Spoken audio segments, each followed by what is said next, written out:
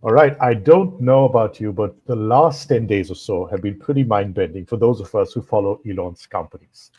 We had the Tesla Master Plan 4 reveal, followed by the 2025 compensation plan filing by the Tesla board, and then the SpaceX EcoStar deal for direct to cell connectivity. And now a massive product reveal from Tesla, the Tesla Megablock Energy Solution. I've got Chris Starsson with me today for his hot take on this bit of breaking news. Chris is the CEO of Digital Habitats Corporation. Welcome, Chris. Great to have you back. So nice to be here. Thank you for inviting me. All right, so this has massive implications for the American energy grid, eventually the global energy grid. It'll have a direct impact on the growing energy demands of data centers, AI training, as well as Tesla's own supercharger network business. And looking over the horizon, there's also the Mars use case. And of course, from your own perspective, it's a big element to community energy infrastructure, the entire digital habitats, auto mobility accelerator. To me, it's kind of looked like a recruitment event wrapped inside a product reveal. We might not see these deployed or available for purchase for a while, perhaps the second half of 2026. But once they're available for purchase, I imagine it would be quite the massive flywheel, correct? So, what's your high level take on this, Chris? Well, there's one thing that I also wanted to mention that seems very interesting in terms of energy, and that was just a couple of days ago, they announced the supercharger for business model. Right. And so this, in Digital Habitats Automobility Accelerator, we're proposing that in order to get ready for self-driving vehicles and robo-taxis and the like, that first we're going to need to ramp up energy infrastructure at a community level. And this means superchargers as well. And so the fact that Tesla is looking at offering the superchargers to businesses of various size and specific to this megapack, we were always specifying the need to have the larger systems. And now with the smaller mega blocks, Right. there's clearly an attempt to scale it appropriately for smaller businesses, smaller venues, and Yeah. in that respect make it far more accessible Mm. and much easier to develop solutions. So that was one of the big takeaways that I got even from the megapack presentation was, they discussed how one of the limiting factors was truck trailer transportation and that the larger systems were more problematic. And they also pointed out that one of the keys was they wanted to get maximal energy density on a specific facility and maximum time to market. So, I think one of the points in the slide discussion that you may have up was they were talking about being able to do 1 gigawatt hour in 20-day 20 implementation. days, right. So, time is, of course, our most limited resource, and Right. that directly affects return on capital and velocity of money, all those kinds of great things. So, that was, I think, a very beneficial thing to see, Mhm. and I think for your viewers to point out that a 1 gigawatt hour facility is equivalent to powering 40,000 homes in less Right. than a month. So as it relates to grid scaling and the ability for the US to grow its Is that systems, is that that's really 40,000 or incredible. 400,000? 400,000. I'm sorry if I misspoke. Right, right. But that's Yeah. that's that is a mind-bending number, and the use cases for deployment, whether it's natural calamities or just supporting the grid or supporting local grids, or if you see an explosion in population in a very short period of time, you could just deploy these at scale so quickly. 20 days, that is crazy because that also means that you can reflect all of those sales on the books a lot earlier, isn't it? Yeah. Well, here's an interesting twist on that is that we have been for a long time discussing the idea of floating energy Right. and nuclear power, various other facilities, and being able to use bidirectional shore power the same Hmm. way that cruise ships do. Right. So there would be a real opportunity here to implement a floating vessel with that kind of capability, and that would be useful for plugging in during disaster relief or, situations where there's a local outage. Wow, that's a brilliant idea. Tell me more. What else can you do with that? Well, basically, it's a tie-on to our earlier conversations about aqua-cities. Mm-hmm. And if you really want to, scale electricity and provide it in a storage format, one of the key elements that we look at is don't necessarily tie it into real estate and procuring the land and finding the siting. Instead, there's already around the world shore power facilities that can be easily just plug and play. And so this is clearly the kind of scenario that Tesla's looking for. Mm-hmm. So, we had originally looked at the megapacks being container sized and thought of literally having a cruise container ship that would have all of this stuff stacked together and plugged in. Yeah. And we also looked at the Starship Starport network, right? And taking point-to-point cargo at scale anywhere on Earth within an hour or two. And so, I mean, the use cases for deployment are then just so. I mean, it's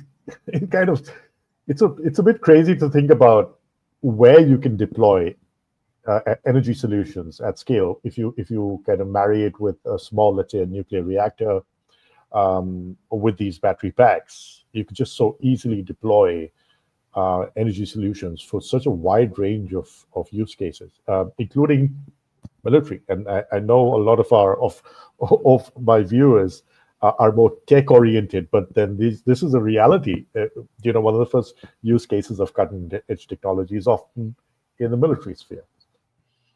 Right, but that also does tie into the underlying benefit being you can have mobile energy anywhere you need it. And as we mentioned before, if there's disasters or unique humanitarian assistance that's required, whenever there's a hurricane that goes through or other sorts of disaster, the first thing to go is local grid power. Correct. So, and communications. And we saw that in Florida, and then Starlink, Elon stepped in with the Starlink dishes. And then that was such a brilliant use case. And I think it converted a lot of naysayers into believers. So imagine the potential when you connect Starlink with these energy packs and with the mega packs, and then wow.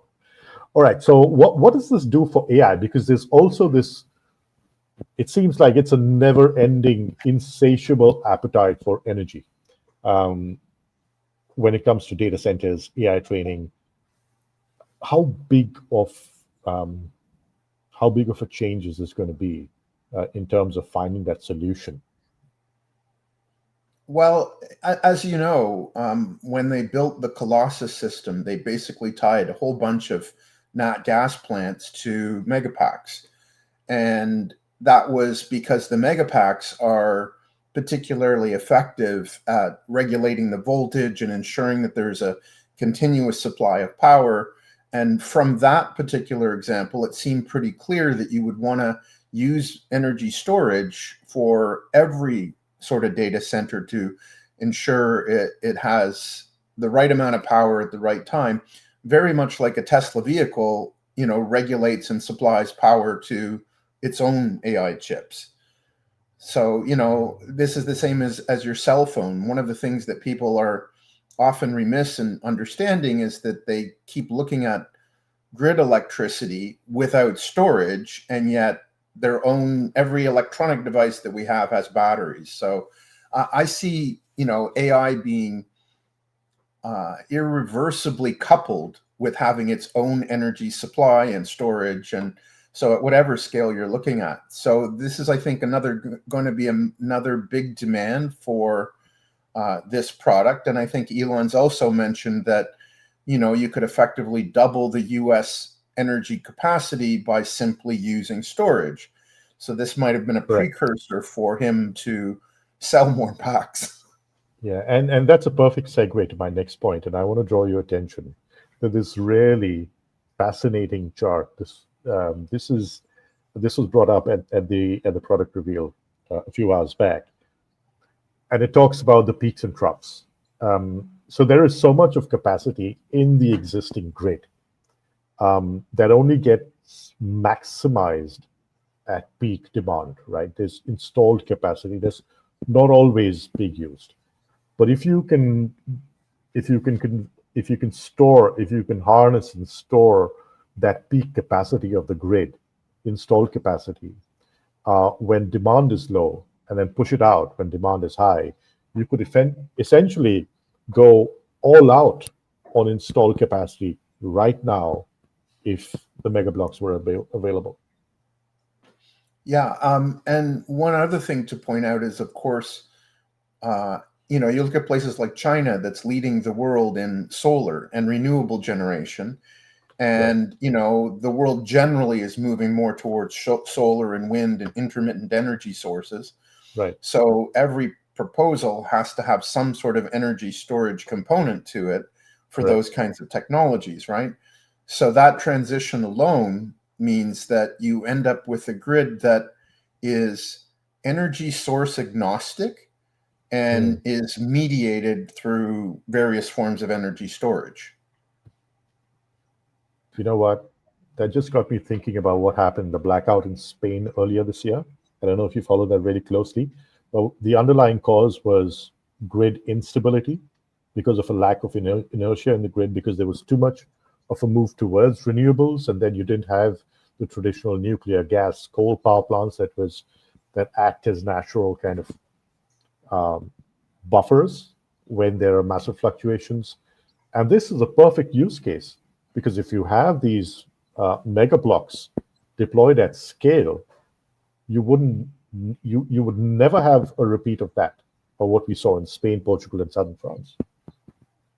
Well, that's a good point. We were doing some work in Puerto Rico after Hurricane Maria, and we were there with RMI, the Electricity Research Institute, and they had a very good report on. There's 13 different pieces of technology that are conditions that exist with electricity systems, blackout management, cold starts, all of these other things that are easy to do with energy storage. But if you look at conventional nat gas plants or coal plants, they actually rely on 60 hertz rotating speed of the turbines, a mechanical device to do grid regulation and voltage regulation, frequency regulation.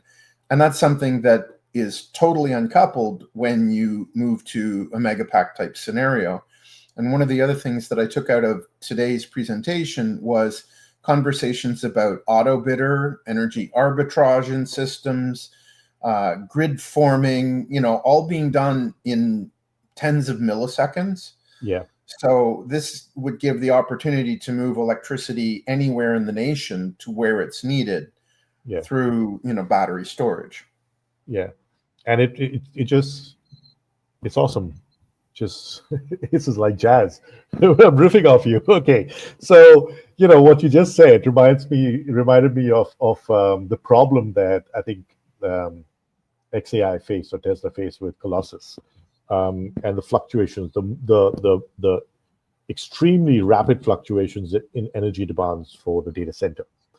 And I think Elon, I was watching the Elon podcast, and I think it was David Sachs that brought up, that described how Elon found a solution, and the solution was megapacks, because battery storage is ideal when it comes to dealing with the millisecond fluctuations in energy demands of data centers. And so when you put it at the grid level, it's an obvious solution, isn't it? Yeah, maybe I'll just sort of add to that. Their discussion about the new bus architecture and the modular nature of how they're connecting the systems together. Right. So it is much more plug and play. Each unit's independent, which means that scalability is much easier, but also the opportunity exists. I don't know if I heard it in the presentation or one of the other commenters had mentioned this, but the idea of looking at capacitors in conjunction, ultracapacitors in conjunction with conventional batteries, as a way of doing high peak power generation, without Right. straining, existing equipment. Yeah, So that's yet another form of buffering that can be introduced into these kinds of facilities. I remember that. Yes. Yeah. So, that's again where they're just extending the same model that they've always done, that says we can treat this as a distributed facility or as a hyper scalable facility, which again ties back into data center needs. I'll give you one more interesting application for energy storage that ties into our conversation about starports, which is, why don't you just put energy storage mega blocks in space? You had me at space. Do a microgrid in space. Yeah. Yeah. That's the foundation of all new habitats, so on and so forth. Yeah. And solar power is most efficient in space.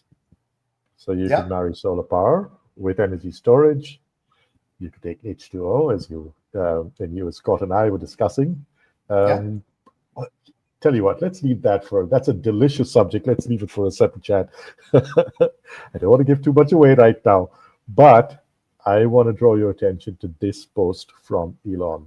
This is from April, the 2nd of April, 2025. Elon says, as I said a few years ago, the AI scaling constraint will move from chips to voltage transformers to electricity generation.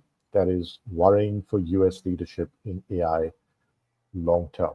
And lo and behold, you have the Megablock, which has transformers and storage capacity and support for the electricity grid. One solution that meets so many needs so beautifully, right? Well, I'm going to go the other way on. Go ahead. No, potentially. Because this, right. I mean, we're hyping all of this up, but this is a product that, just to remind our viewers, is going to be available probably in the second half of next year. So that's the caveat, is I have to say potentially. Well, we might also be getting sandbagged there. Okay. Because, for obvious financial reasons, market reasons, they don't want to overpromise. Right. And, this ties into one of my original points is they need more megafactories. They're saying, this is how much work we're doing. This is how all the people are implementing. There was even a mention in the presentation about using Optimus as field technicians as we move forward, right? So, the Tesla team is clearly thinking about these things. Yeah. But because they're already being constrained on ability to produce batteries, in fact, I started off a conversation here in Canada with, communities going, when are we going to get a Canadian megafactory? And this would be an opportunity for every community to start saying, we'll start building our own plants here and be able to scale for our own purposes first, in the same way they did for the gigafactories. So, I see battery creation themselves more being the bottleneck.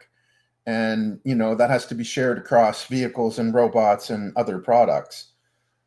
So, this might be an opportunity to really, let's say, add a couple hundred more gigawatt hours to the overall production capacity on the planet as a first step. Yeah, it just makes sense. Yeah. So just to go back to the point of transformers that Elon said would be the next big bottleneck. You have this transformer plus switchgear assembly in the bus bar. Any thoughts on how innovative this is and what this means? Well, it's obviously a much more simplified architecture. I believe in the presentation they talked about this being 40% lower costs, and it's just another example of Tesla's ability to continually ratchet down the cost, improve the performance, improve the design. And to the extent that, like every other product, they're going to be able to integrate AI into both the real-time monitoring operations, but also to the production to improve the product better battery chemistries, better configurations, and faster turnaround time. So I see this, being applied across all of their products, and this is just another example.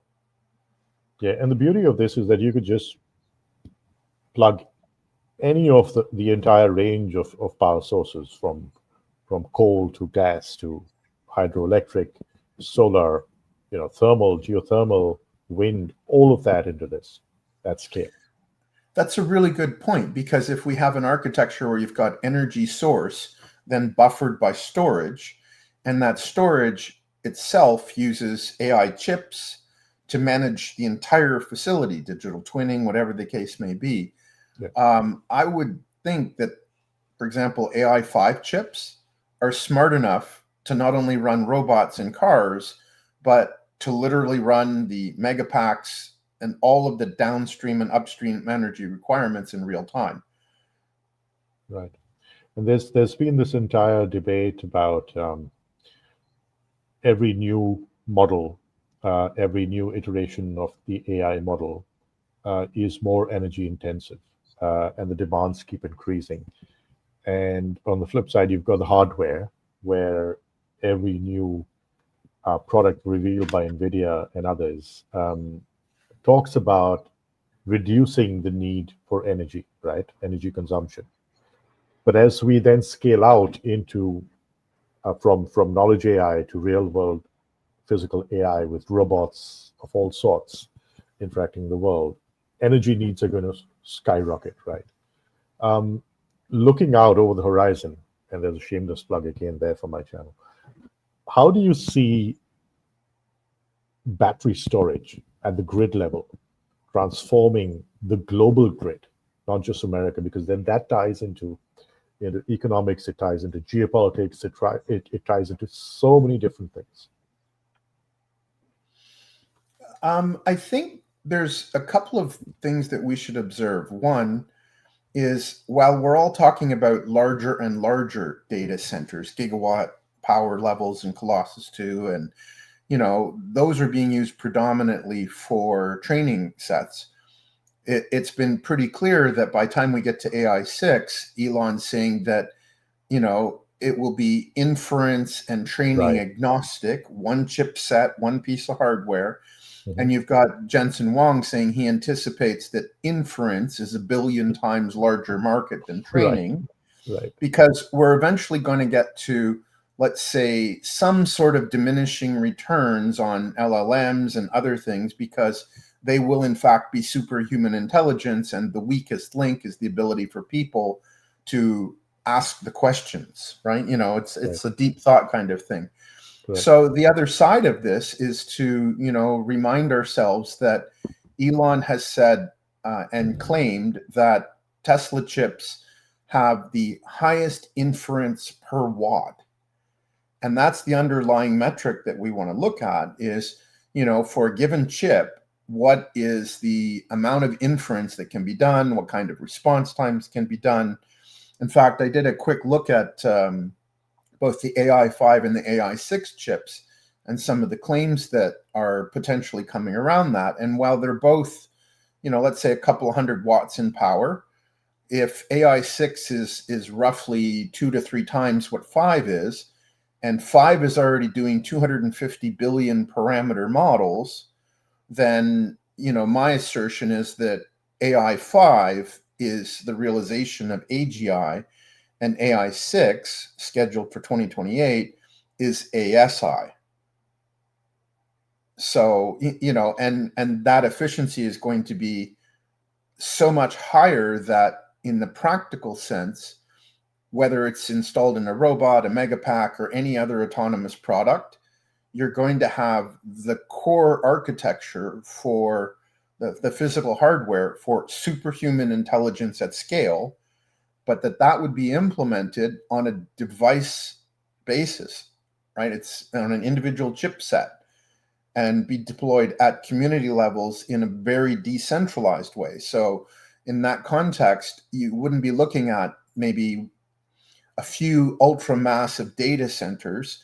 Instead, it would be billions of smaller systems, and just to tie that into even to Tesla's vehicles, Elon said, many times that there's a burgeoning market there for decentralized AI compute while the vehicles are sitting there charging. So, Yeah. the vehicle itself is, again, a mobile data center, battery factory, all in one.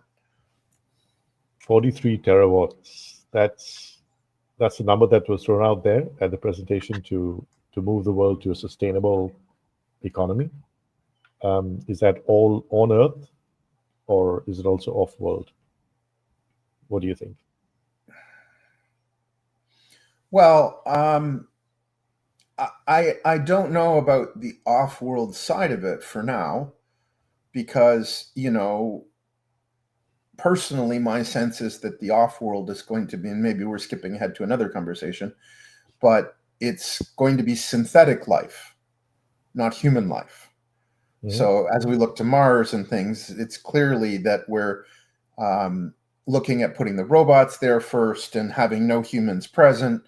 And so when we look at the Earth side version of this, and again, what Digital Habitats is looking at doing, we're looking to build fully autonomous communities on Earth, right, that just happen to support all of people's needs. So, I think that it's going to be more of an issue of how do we maximize the energy efficiency of the machines that we build on our Earth communities.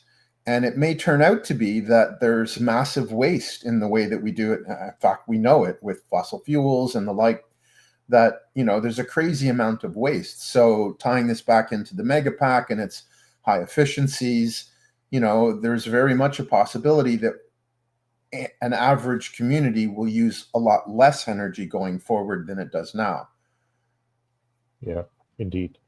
And just a little signposting here. This is Chris's article on digital habitats. I'll leave a link to it below in the description. Do read it and check out digital habitats. Chris and his entire team does some amazing work. So let's talk about autonomy. And as you scale battery electric BEVs and hybrid cars, there's going to be an even greater explosion in energy demand. So you have the supercharger network business that Tesla is growing, not only in America but across the world.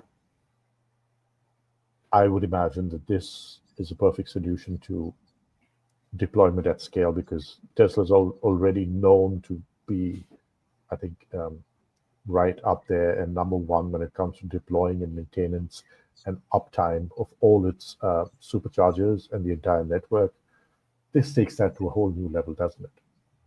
Yeah, it does. I think the presentation said they're running the Megapacks at 99.3% uptime. It's crazy. Yeah, it's many data centers aren't keeping that high. Yeah. And we certainly know conventional power plants can't do that. Yeah. So, the other interesting thing is when we look at Autobidder and conventional electric grid supplies, I see a real disruption in the electric utility companies, because there's going to be a transition to localized, decentralized microgrids, even down to the building level. So they'll lose their mandate as the sole suppliers of electricity, and that will affect their economics. So we're going to potentially see things like, Enron type collapses for large utilities that are not going to adapt with this technology. Yeah. And just think about the power that it puts in the hands of local communities to generate and own their own energy and own their own grid. It's phenomenal. And as well as for the rural areas where energy infrastructure is difficult to maintain and takes time. If you have any outage, or if you've got like a transformer goes bust and stuff, or in the event of a natural calamity, it's almost an endless list of use cases, right? I hate to play devil's advocate here. What's the downside? Is there a downside? Well, before you get to the downside, I just wanted to reiterate that with energy and AI, everything is possible. And emphasize that. That's really the duopoly that we're seeing here. So the fact that you can package it into energy storage and chipsets, as Tesla's doing, means that the first element in any community's development is to say, secure enough energy, secure enough AI, so that I have enough intelligence to run the machines and the systems. So that's self-reliance, it's energy and intelligence independence. And in that respect, I'm not sure there's a downside in giving any community the right to control its own assets, and, to maybe use a Marxist phrase, the means of production. Yeah. That's really where eventually, when you look at the singularity and sustainable abundance, Yeah. it's about how do you give communities and individual the access to the means of production, Yeah. so that Ownership they can do and empowerment through ownership. Yeah. Absolutely. Yeah. So we touched upon off-world energy generation stuff, and without going too deep into it at the moment, there's this other use case, as you mentioned in your signpost as well, which is Mars, the only planet that we know of that's colonized by robots at the moment. Optimus being deployed on Mars fits snugly. These megablocks would fit snugly into starships headed for Mars. There's a whole energy generation problem that is so easily solved on Mars, right?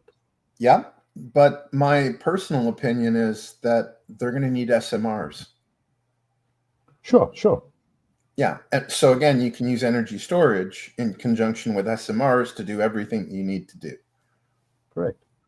And you could have solar as well as SMRs. You could have, you're not dependent on any one, because you've got the entire Martian dust regolith problem, which affects solar uptime and maintenance of solar panels on Mars, and that's where SMRs come in, and they're so useful, right?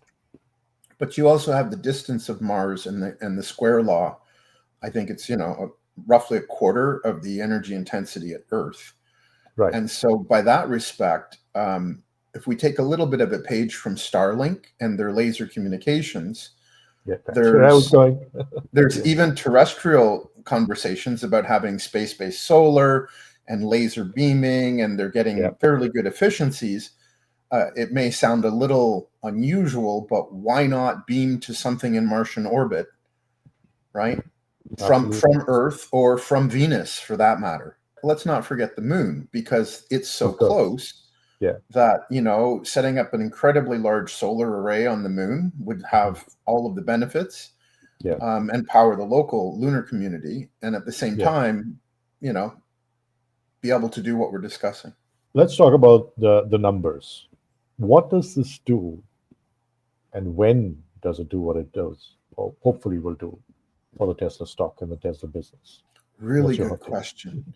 Because as you probably know, the megapacks have a very healthy profit margin, in part because there's these things called performance guarantees that, if Tesla meets certain standards, they get an extra bump, and it doesn't necessarily show up in the numbers. So as we've seen the profits and revenues from the megapacks increase, there's been a disproportionate jump in the percentage of that component when compared to vehicles and other products. So I'd hesitate, depending on how long it takes them to ramp this. But as they said, 40% lower manufacturing costs, high demand. Presumably, they're going to be able to maintain a reasonable selling price for these, and that may all go to the bottom line. So it'll be very interesting to see, maybe a year from now, what the capacity is that they're producing and what their gross margins are. Yeah, and another unique selling point of this is that it's a one-stop solution. You don't have to put together, your different elements of it. You can just, it's plug and play. You don't need to, if you want to build energy storage, and if you want the Autobidder solution, if you want the transformers and the bus and all of that, you don't need to put together an entire combination from different companies. It's a one-stop solution, and then that makes it so much easier when you're deciding what to go in for. Yeah, and that ties into the supercharger components, one single vendor. And I guess the key is also to focus on, as the presentation does, Tesla's ability to do over-the-air software and uptime management, and that these are all automated systems. So it's a little different than maybe in the past when you'd have one company that was offering, a single turnkey solution, but they're cobbled together from various parts and they don't interact well. These systems are very holistic and very intelligent, and that's a big difference over how systems used to be built. Yeah. And now if only Tesla could sort out the whole solar city side of the business and the solar panel side of the business, this would be perfect, wouldn't it? It just seems to me like this was a solution that was needed internally to solve the energy problem for Tesla AI, for XAI's models. And then they said, why not sell it to the larger market? This was a problem Tesla faced themselves, XAI faced, Elon's companies faced. They found a solution for this, and then it's a product by itself. What do you think? You bring up an interesting point, and maybe let me tie that into, battery chemistry. And aside from Tesla, CATL and others are bringing out different chemistries. And, that's continuing to improve the range of the vehicles and the performance of the megapacks and bring the cost down. I think I was reading someplace that CATL is talking about potentially $40 a kilowatt hour. And this ties very much into Tony Seba's numbers and Wright's law. And as we continue with that progression, if you go out 10 years, it's likely that storage will drop, to less than $10 kind of thing per kilowatt hour, which means, again, it's literally production constraint on how do you get those battery packs built, larger form factors, and doing it everywhere in the world. Like, one of the things that just occurred to me was looking at the Megablock and businesses is similar to the Powerwall. You now have the option of any business saying, I'm going to be grid independent and just operate all on my own based on, as we were talking about in digital habitats, why don't you install large solar canopies over your property? Why don't you address all of that and then literally go off grid? There's no need for that anymore. And that's going to be something that I think is really a market that people are underestimating right now, the amount of demand that would come from every company to control its electricity and energy spend. Right. Yeah, energy security is massive, not just for businesses, but for societies and communities and nations as a whole. So how do you see this playing out in places like GCC, where they've already got massive solar capabilities, and you've got places like Dubai trying to be the energy center of the Middle East. And then at the same time, looking at places like India, which has a massive population and challenged infrastructure, when it comes to energy. But a massive potential for solar. So what are your thoughts, for example, on India and how it can be decentralized at a smaller community level? Two things. One, that it's going to empower communities. It's going to be great for businesses. And I'm talking about India because you have a lot of grid instability. You have a lot of problems. I've literally grown up in the first 10 years of my life. I saw power cuts, believe it or not, that lasted for weeks. If only we had these solutions back then, right? So it's going to hit countries like India extremely positively at two different levels. First is the local communities, the villages, small towns, businesses, of course. But I also look at the potential at the nation state level, because if you have a country like India that has a vast potential for solar, and India is doing some amazing work on when it comes to solar panel manufacturing or also deployment of solar energy, right? You have the potential to then become a net energy exporter to countries around you. And there's already a lot of infrastructure to that effect with Nepal, with Bangladesh, with Bhutan, and this could then build on it, because if you can generate maximum amount of energy from your installed capacity in a grid from an entire mix from hydro, nuclear. India has a lot of installed nuclear capacity, right? They've got nuclear parks that run into 4,000 and 5,000 megawatt hours. So if you bring all of that together and you stabilize the grid with battery deployment, with battery storage deployment, you have a much more stable grid. You're a much more reliable partner when it comes to exporting energy. And the same applies to the GCC countries as well, because you've got oil, gas, of course. And you've also got, as you rightly said, this massive solar energy generation potential. So I actually see the GCC countries also potentially being a net energy exporter to North African countries, and other areas in the region. So in terms of a business model, this is phenomenal. It's a solution. And of course, you have the UAE, of all countries, that has its own nuclear power plant. You wouldn't think of the UAE having the need for a nuclear power plant, but it does. And that really goes to show how forward-thinking they are.